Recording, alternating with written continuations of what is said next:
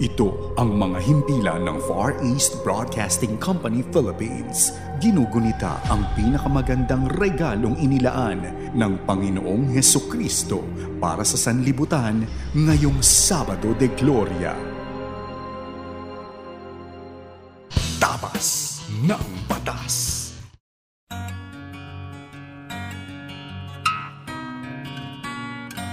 Magandang araw po ng Sabado sa lahat ng ating mga taga-subaybay, mga tagapakinig, mga tagapanood ng ating palatuntunang Tabas ng Batas. At siyempre po ngayon po ay ang tawag nila dito ay bakit nga ba naging tawag dito, yung kategoryan dito ay Black Saturday, ano?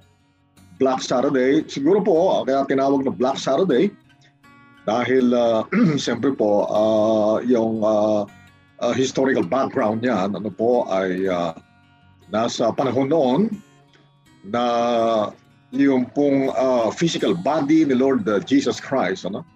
Di po ba napako siya sa krus ng araw ng Biyernes, kaya ang tawag doon ay Biyernes Santo.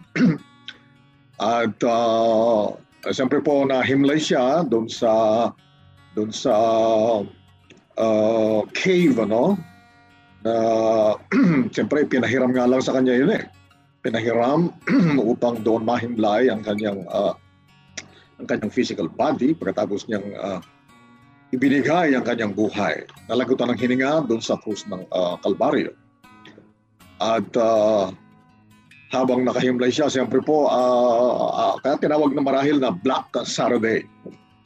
Pero actually, eventually, naging ano po yan, victorious Saturday sapagkat ang ipinambayad sa lahat ng ating mga kasalanan, yung talaga pong madlang kasalanan ng sanlibutan noon, nung panahon na yon, ng banal na sakripisyo ng ating Panginoon Diyos na nagkatawang tao sa kumagitan ng ating Panginoong Hesukristo at lahat ng madlang kasalanan ng tao sa sumunod na panahon hanggang sa kasalukuyan at hanggang sa mga darating na panahon. Binayaran lahat ng ating Panginoong Hesukristo ang ating mga kasalanan. Kaya nagkaroon po ng pagkatubos sa sangkatauhan mula sa pagkakasala. At kung tayo po ay mananampalataya at tatanggapin natin siya, pananampalataya, tinanggap siya sa ating mga buhay bilang ating Panginoon at sariling tagapagligtas. Abay, ang pangako po sa salita ng Diyos. John chapter 1 verse 12, for as many as those who have faith in Him and have received Him, to them He gave the rights. Doon po sa King James Version, and to them He gave the powers to become children of God. Kaya yung pong Black Saturday na yon, hindi na natiling Black Saturday sapagkat nung madaling araw sa Bukang Liwayway po, the following day, which was a Sunday, a victorious Sunday, nabuhay na muli ang ating Panginoong Hesukristo. Kaya sige po, siyempre hindi na Black Saturday, hindi na po Black Saturday ngayon yan, victorious Saturday na yan. Noong panahon yung siguro, maaaring parang Black Saturday, pero alam na natin yung mga kaganapan, yung naging kasaysayan hanggang sa kasalukuyang panahon. Kaya victorious Saturday na po yan. Kaya yan po ang pagbati natin sa lahat natin mga taga-subaybay. Siyempre, ang sabi nga natin, sa buong daigdig at sa buong kapuluan ng ating pinakamamahal na bansang Pilipinas. At ang pamagat po, kung lalagyan natin ng pamagat, ang ating special message sa araw na ito ng victorious Saturday ay the law of the Lord. Yan, the law of the Lord. Tama-tama naman po.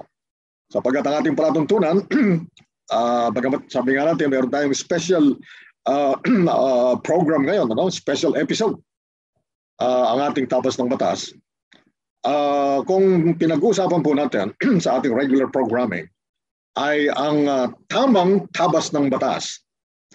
Ang ating naman pong tatalakayin ngayon. Bagamat yan, lagi naman namin binabanggit kami ni Attorney Roel Cao Garcia, ang aking pamangking buo na aking pong kaagapay sa paglilingkod sa ating mga taga-subaybay na mayroon pong dulog na problema o suliranin o mga katanungan na legal na nilalakipan po ng katugunang legal ayon po sa tamang tabas ng batas ng Republika o mga batas ng Republika ng Pilipinas. Ngayon po sa panahon ng Semana Santa, bagamat dapat po ito hindi lang isang linggo, hindi yung pag-celebrate po natin hindi lang isang linggo ng Holy Week, dapat po yan habang panahon, dapat habang panahon holy, di ba? Dapat ang lahat ng panahon ng ating buhay ay holy, hindi lang sa panahon ng Semana Santa o ng Holy Week. At kasama po yan sa ating tatalakayin ngayong araw na ito ng Victorious Saturday sa ating tabas ng batas. Meron po kasing siyempre batas ang ating Panginoon. At ang tamang tabas po ng batas ng ating Panginoon, siyempre po, batay sa banal na kasulatan. Batay sa kanyang banal na salita. At ang maganda naman sa ating Panginoon ay ipinahayag niya sa atin, inireveal niya sa atin ang kanyang banal na kalooban. Ibinigay niya sa atin, inireveal niya sa atin ang kanyang banal na plano para sa ating mga buhay. Paborito po natin lahat yan, hindi po ba? Yung Jeremiah chapter 29, verse 11. Kaya alam po, maraming mga tao, kasama na po ako doon. Nung araw. Nalilimit po tayo doon sa verse 11. Samantalang mayroong verse 12 at mayroong verse 13. Ano po bang sabi ng salita ng Diyos sa bahaging yan ng banal na kasulatan? Jeremiah chapter 29, beginning verse 11, ay ano po sabi ng ating Panginoon? For I know the plans that I have for you, declares the Lord. Plans to prosper you and not to harm you, to give you a future and a hope. Kaya lang, tumitigil nga po dun kasi sarap naman talaga, Binigyan tayo ng magandang kinabukasan, binigyan tayo ng pag-asa. Kaya lamang po, hindi po kumpleto yung tabas ng batas ng pananalita ng ating Panginoon, yung salita ng Diyos. Kapag hindi natin dinugtong yung verse 12 at saka verse 13, ang sabi po kasi dyan, then you will call upon me and come and pray to me, and I will hear you. Yan ang pangako ng ating Panginoon. Kaya lang meron pa rin karugtong po yan, yung verse 13. You shall find me when you seek me with all of your heart. Paano natin hahanapin ang ating Panginoon? Paano natin siyang sasaliksikin? Paano tayo maggugumit-git sa ating Panginoon? Gusto po niya yun, naggugumit-git tayo sa Kanya. Sabi pa naman niya, you shall find me. Di ba paggugumit-git yan? Di ba? You shall find me when you seek me with all of your heart. Paano po ba how do we seek the Lord? How do we find the Lord? How do we seek Him with all of our heart? Di siyempre sa pamagitan po ng kanyang salita. Di po ba? Yung kanyang revealed word. Yan ang gusto niya na sinasaliksik natin. At tayo ay naggugumit-git sa Kanya. You shall find me when you seek me with all of your heart, ang sabi ng ating Panginoon. Kaya, sige po, sa loob ng ilang minuto, yan ang gagawin natin.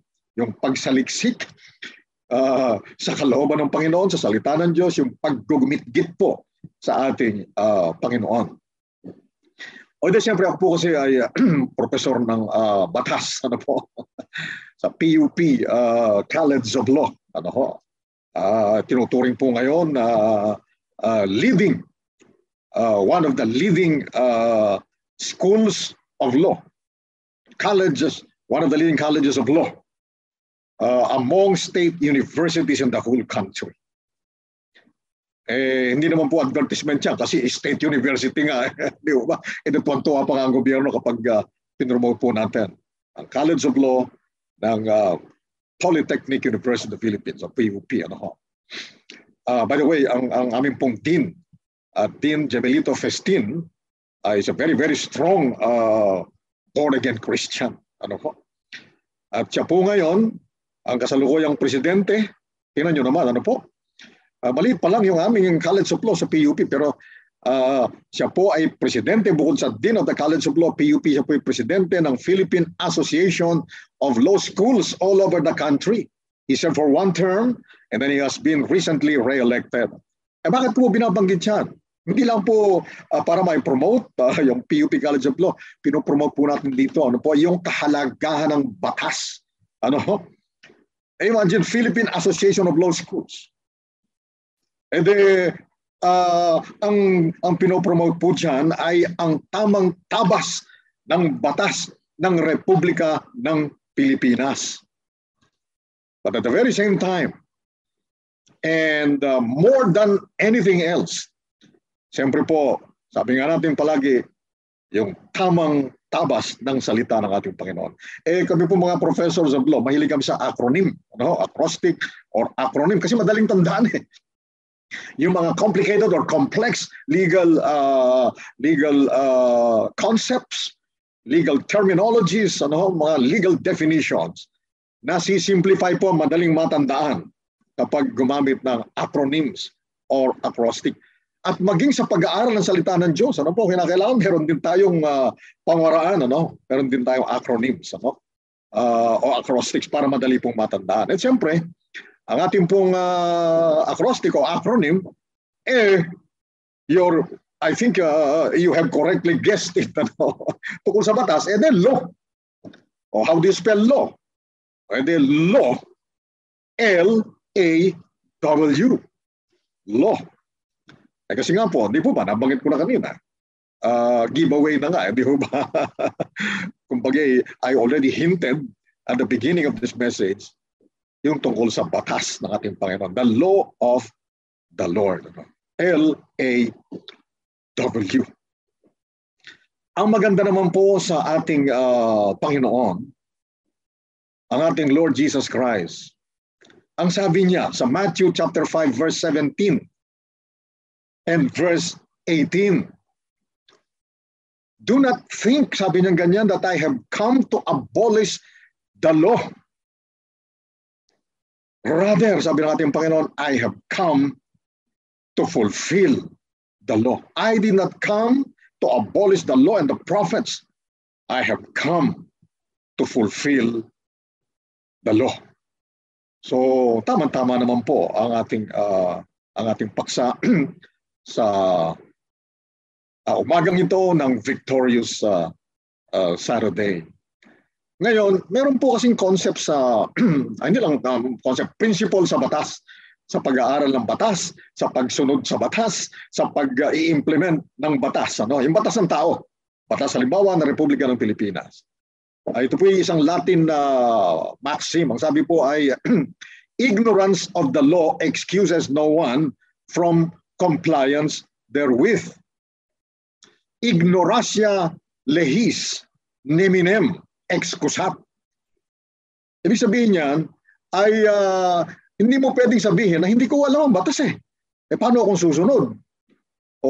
Pero sabi po kasi legal principle po yan. Ignorance of the law does not excuse any person from compliance therewith. Ignoratia lehis neminem excusat. Kaya ang tanong, paano namang mapag-aaralan ng lahat ng mga batas? Hindi po ba? Kami ng mga abogado, kahit ako, professor of law po ako, I cannot claim that I know all the laws.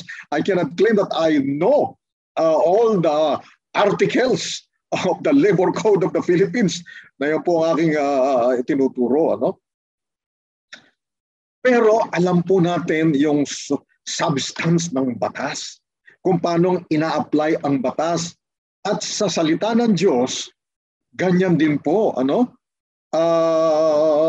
Hindi naman sa mememoryahin po natin, kung kaya po, why not? Hindi po ba? Mula Genesis chapter 1 verse 1 hanggang Revelation chapter 22 verse 21. Hindi naman po ang ibig sabihin, mememoryahin natin lahat, bawat book of the law, of the Bible, bawat chapter, bawat verses. Pero yung pong essence, ano ho, yung substance, ano ho, yung buong kahulugan ng salita ng Diyos, dapat po nating nalalaman po yan at nararanasan. Yung pagbibigay ng buhay ng ating Panginoong Jesucristo doon sa krus ng Kalbaryo, ano ho, ibinigay niya ang kanyang buhay na lagatuan ng hininga, ano ho, upang bayaran niya ang lahat ng ating mga pagkakasala. Nabanggit ko na po kanina.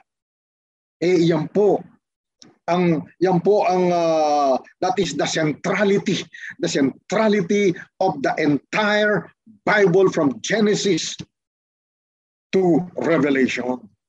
At dapat po yan ang ating nararanasan. Yan ang ating nauunawaan. Ano po? At alam natin at maipamuhay natin ang buong katotohanan at buong kahulugan kung bakit ang Diyos nakataas-taas ang kabanal-banalan, nagpasya na magkatawang tao. Kasi wala pong ibang makatutubos sa ating mga kasalanan. Walang sino mang tao makakatubos sa sala ng ibang tao.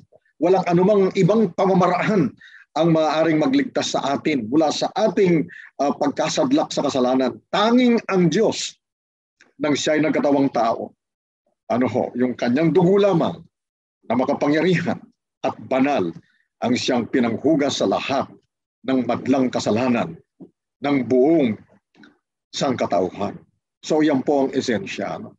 Ngayon, kaya ba nating alamin at tuklasin ang lahat ng mga kaalaman at katotohanan sa banal na Biblia? Hindi po si Pastor ni Kuya Kaloy-Ikaw ang sasagot niya. No? Ang sasagot po niyan ay mismong ang salita ng Diyos. Sabi po sa John chapter 15, verse 15, ang dali pong tandaan, ano? At saka yung verse 16, ang dali pong tandaan. Hinahamon ko po kayo. I-take note niyo po ito mentally o kaya kung meron kayong ballpen at papel, ilagay niyo po yan. John chapter 15, verse 15. Idugtong po natin. Kasi napakaganda rin po. Mas maganda nga pa nga kung tutusin kasi yun yung gustong-gusto natin. Yung verse 16. Kaya lang bago po yung verse 16, verse 15 muna. Ano sabi ng ating Panginoong Jesucristo mismo? Ano? It was a direct quotation from him. Ang sabi niya, I no longer call you slaves, for a slave does not know the business of his master.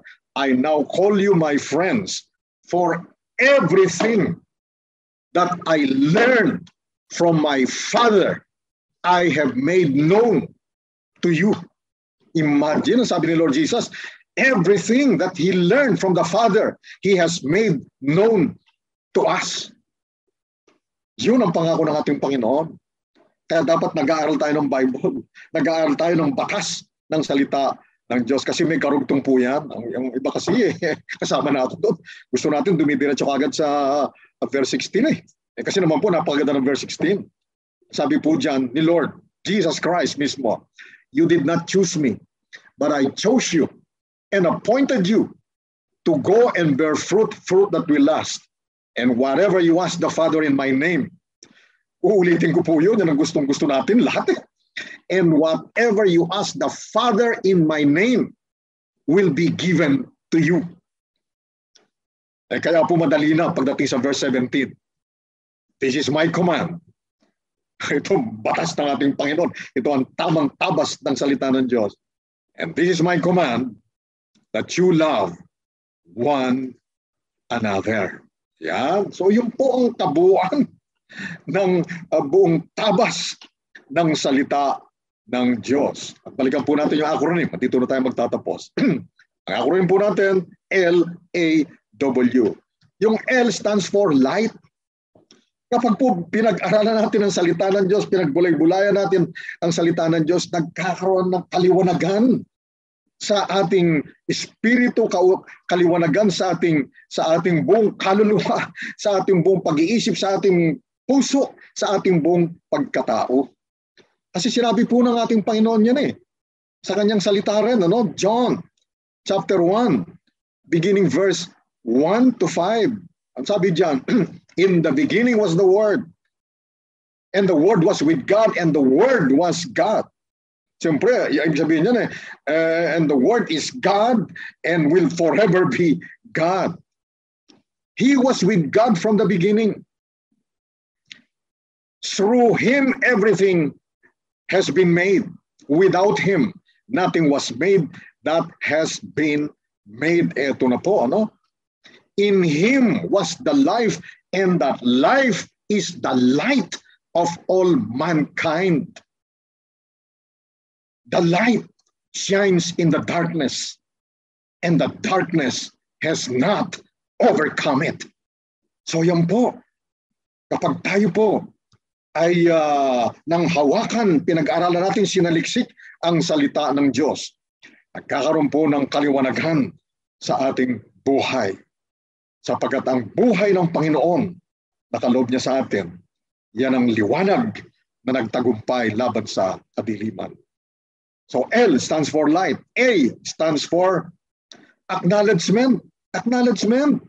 Dapat kinikilala natin na ang Diyos, ang Lord God Almighty, Sovereign Lord God Almighty, pinakamakapangyarihan sa lahat. At ang maganda naman, sa ating Panginoon, tinuturuan niya tayo paano natin i-acknowledge, kikilalanin natin, tatanggapin natin, at tinitindigan natin na ang salita ng Diyos ay salita ng katotohanan. Kaya kanina po nabanggit ko na, sabi ni Lord Jesus mismo, Matthew chapter 5 verses 17 and 18, I have come, sabi ni Lord Jesus, not to abolish the law and the prophets, but to fulfill the law.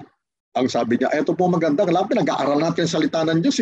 Kung mahilig po tayong mag-aral ng mga batas ng Republika ng Pilipinas upang alam natin ang tamang tabas ng batas, may kinakailangan po, masipag din tayo nagsasaliksik ng salita ng Diyos. Kaya sa mga programa po natin sa Far East Broadcasting Company, 702 DZAS, at saka po sa Channel 185 ng GCTV, laging mayroong salita ng Diyos, sapagkat yan ang nais ng ating Panginoon. Imagine, ang sabi ng ating Panginoon, na doon sa verse 18 ng chapter 5 ng Matthew, not even the smallest letter of the law, not even the least stroke of the letter of the law, yung salita ng Diyos, they will not disappear until everything that the Lord God Almighty, of course through the Lord Jesus Christ, has promised shall have been accomplished. Heaven and earth shall pass away, but my word shall never pass away, sabi ng ating Panginoon. At ang lahat ay mangyayari alinsunod sa kapahayagan ng salita ng Diyos. Not even the smallest letter nor the least stroke of the pen shall disappear until and unless everything that the Lord God Almighty has promised has been accomplished. Yan po ang tamang tabas ng salita ng Diyos. Pagdating po sa letter W, wisdom. Wisdom.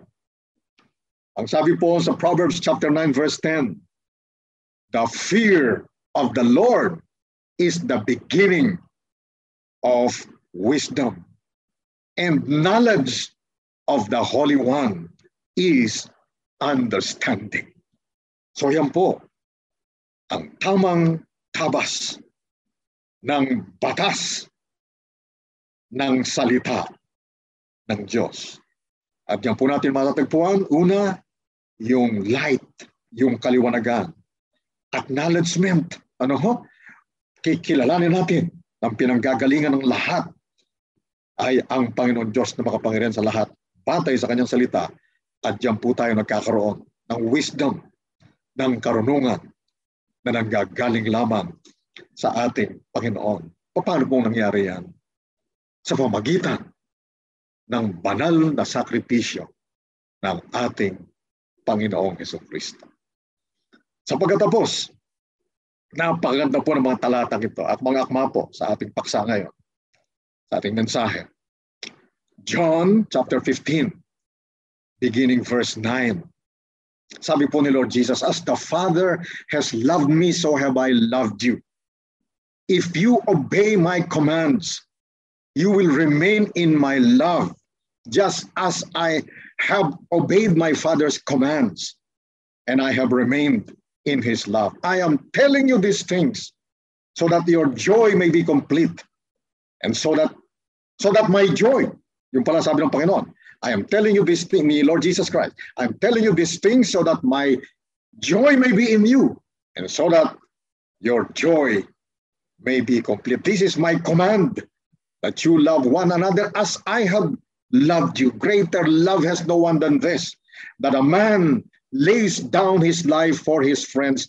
You are my friends if you obey my commands. I no longer call you slaves, for a slave does not know the business of his master. I now call you my friends, for everything that I learned from my Father I have made known to you. You did not choose me, but I chose you and appointed you to go and bear fruit, fruit that will last. And whatever you ask the Father in my name will be given to you." Verse 17, "This is my command." Ito ang batas ng Lord, that you love one another.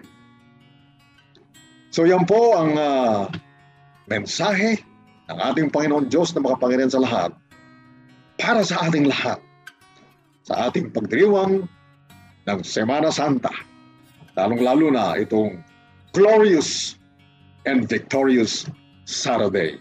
Sa pangalan ng Ama at ng Anak at ng Banal na Espiritu. Amen at amen at amen.